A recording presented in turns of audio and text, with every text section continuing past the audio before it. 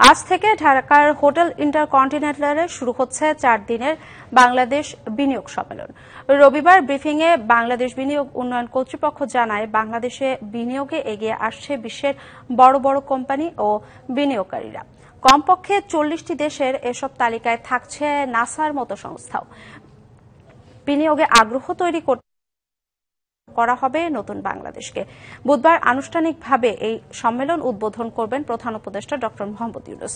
বিভিন্ন দেশের গুরুত্বপূর্ণ বিনিয়োগকারীদের সাথে আলাদা বৈঠকও করবেন তিনি।